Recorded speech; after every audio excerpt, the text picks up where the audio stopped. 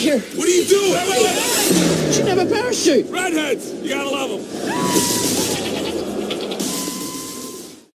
Hey guys, it's Poker with the double K. I'm Sahad and I'm here with Zaifun. And today we're going to give you our thoughts and first impressions on the Aquaman trailer that just dropped at SDCC. We'll be talking about what we think about the events of the trailer, the actions that we've seen inside, and how we feel the story is going to unfold.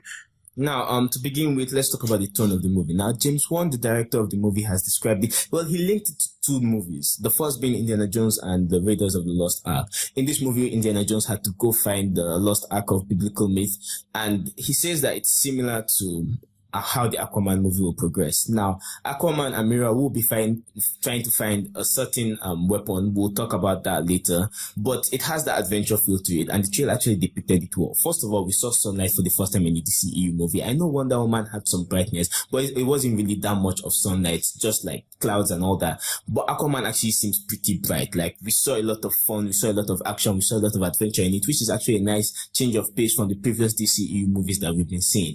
Now, the second movie it was linked to was a romance movie. I can't really remember the name right now, but that was actually a reference to the romance between Aquaman and Mira, which is going to be greatly developed in this movie, because in the comics they always end up getting married, and that seems to be the direction they're going to try and take this to. So there's going to be that romance, that body romance between them, and it actually seems like, well, altogether, everything is going to blend together perfectly. So, well, that's just what we've seen from the tone of the movie, or rather the tone of the trailer of the movie.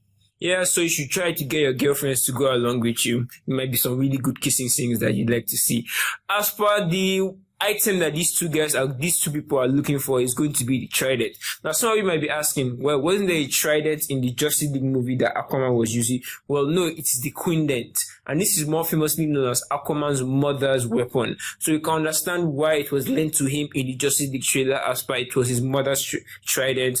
But it is the Quindent, which is more famously known for having 5 prongs, where the trident, the symbol of Atlantis, only has 3. Now, we also saw a trident in the trailer, but we are not so sure if that is actually the trident or the scepter, which is more commonly used by Orm, which also has 3 prongs. So it is going, more information is going to come out and become clear as more trailers come out. So we hopefully get that information across to you guys. And one thing I would love to add is that this clears up something, because like stated earlier, everyone had the question, why would you borrow out the symbol of power of Atlantis to an outsider to go and do 1 or 2 battles? It doesn't make sense. Well, if it's not the trident, but rather the Quindent, then it will make sense, because it's just the weapon of their previous queen. So it can be borrowed around and passed from time to time, which makes sense. It actually cleared up one of the loopholes, one of the problems that people had with Justice League, and it's actually a nice change that I find quite fun, because like, it actually explains the plot hole that we found previously. So thumbs up to them.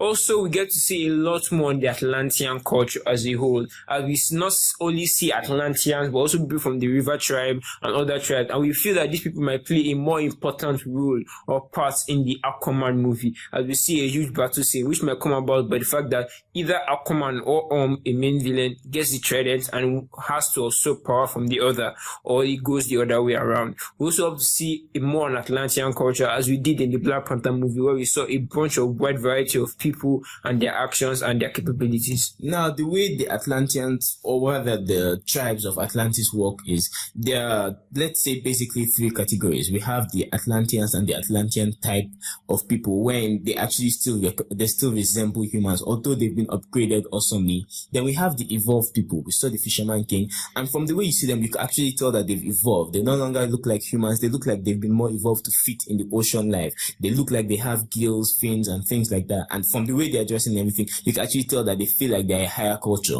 And then we have the de-evolved, which are the monsters that we saw in the Aquaman trailer.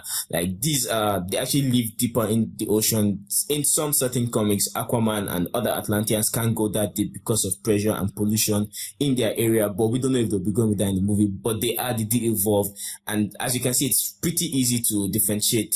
Aquaman and his people, the Atlanteans and others like them, actually still look like humans. The evolved look like they have actually evolved to fit to adapt to ocean life, while the evolved simply look like monsters.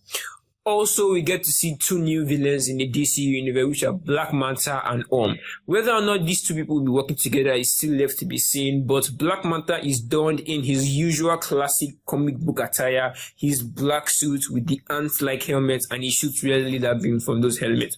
Whereas is just like a noble, which has always been dressed like in the comics below. Now, Black Manta and will also be looking for the trident because both have ambitions for the throne.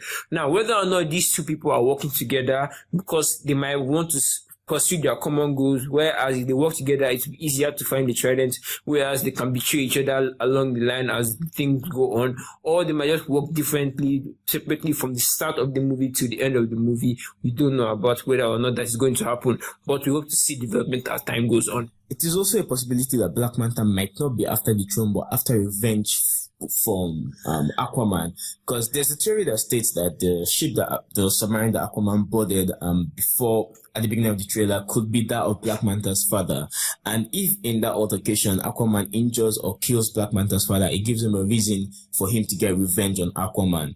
Unlike Killmonger and Black Panther, there isn't really that Black Manta has no ties to the throne, so he has no reason to want to, except that he feels like he can do a better job. So most of the time it's always almost revenge. Meanwhile, moving on to like stated, simply wants the throne. And now the relationship between and Aquaman, in case some of you don't know, is because like they're brothers, but they're not direct brothers, they're half brothers. Queen Mera came to land, she slept with Aquaman's father, they had a baby, enter Arthur Curry, that's Aquaman, and then she got summoned back into the ocean because she's a queen. The Atlantis can't survive without royalty, so she had to come back, and when she was there, she had to have a child. Like it just had to happen because there had to be a heir to the throne, so she had to sleep with an Atlantean and have a legitimate child, and that's But since actually it seems like age is going to be stronger than actual royalty, Aquaman, when he returns, is going to be the actual king, and has issues with that. So wants to be the king while Aquaman is the legitimate king, so he has to kill Aquaman and things like that, normal conspiracies.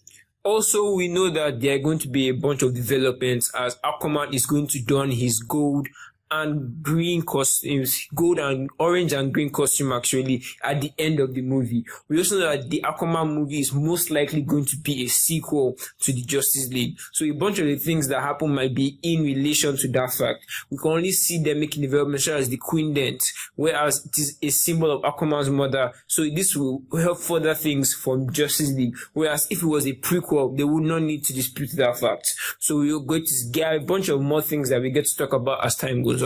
As for certain things that we're not sure of, or certain things that we've just not seen, as more trailers come and as the movie gets closer, December 24th, some things will be more clarified. So we'll just be waiting for more trailers to drop, because we might get a hint as to whether Black Manta and are actually working together from future trailers, what Black Manta actual motives are, whether he's going after the throne or whether he's going for revenge, depending on if they decide to show us a bit more about his background. Things like that might actually drop in more trailers, or we might have to wait for the movie. But if you want some clarifications about certain things, feel free to state them in the comment section. We'll really love to hear from you. If you think we missed out on some things, some important information that you think others should know, please feel free to state them in the comment section. Please like, comment, subscribe, share with a friend, and from all of us at the Poker team, peace out.